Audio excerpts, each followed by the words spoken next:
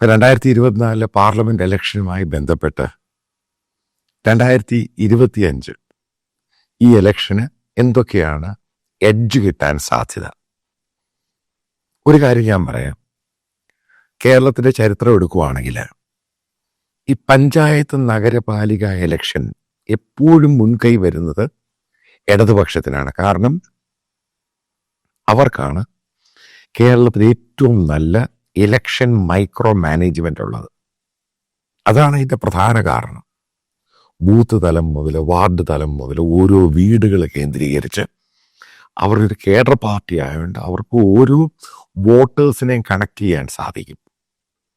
അതിനേക്കാൾ രണ്ടാമത്തെ ഫാക്ടർ എന്ന് പറയുന്നത് അവരുടെ രാഷ്ട്രീയക്കാർ, പ്രത്യേകിച്ച് CPM പ്രവർത്തകർക്ക് അവിടെ ഓരോ വില്ലേജിലും ഓരോ വീടുകളിലും ആ കുടുംബത്തിൽ ആരൊക്കെയുണ്ട് അവരുമായിട്ടൊക്കെ നല്ല ബന്ധമുണ്ട്. ഈ രണ്ട് റീസണാണ് ഈ പഞ്ചായത്തിൻ്റെ മുനിസിപ്പാലിറ്റി കോർപ്പറേഷൻ ഇലക്ഷന് കേരളത്തിൽ ഇടതുപക്ഷം പ്രത്യേകിച്ച് CPMന് ഒരു എഡ്ജ്, ഒരു അഡ്വാൻറ്റേജ് എപ്പോഴും കിട്ടുന്നത്. അതുകൊണ്ടാണ് അവർ ഏറ്റവും കൂടുതൽ ആ സീറ്റുകളിൽ വിജയിക്കുന്നത്. അവർക്കെതിരെ പല ആരോപണം വന്നു കഴിഞ്ഞാൽ തന്നെയും ഈ അവരുമായിട്ട് ജനങ്ങളുടെ ഇൻട്രാക്ഷൻ ഉണ്ട്. ആ ഇൻട്രാക്ഷൻ ഉണ്ട്, കാരണം ഡെയിലി ഇൻട്രാക്ഷനാണ്. അതുകൊണ്ടാണ് അവർക്ക് ആ എഡ്ജ് കിട്ടുന്നത്.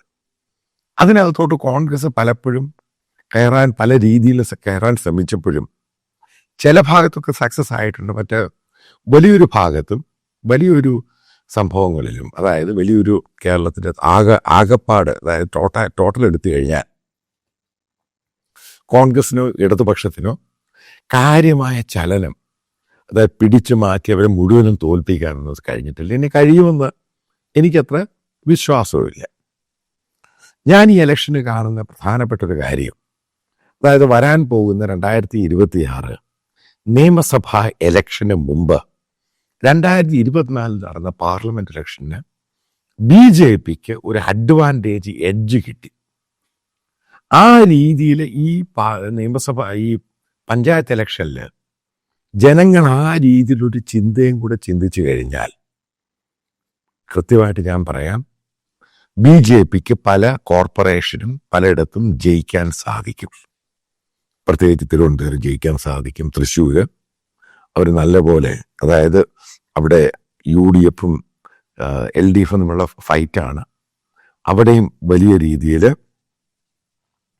എഡ്ജ് കിട്ടാൻ സാധിക്കും.